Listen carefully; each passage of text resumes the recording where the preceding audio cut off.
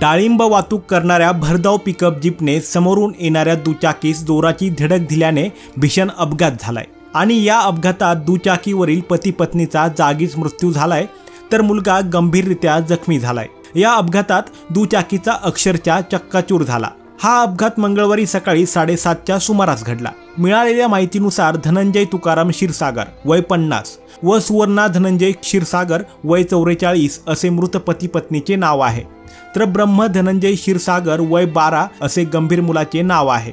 याबाबत गणेश दत्तात्रय कमलापूरकर यांनी पोलिसात खबर दिली असून पोलिसांनी अकस्मात मृत्यूची नोंद केली आहे।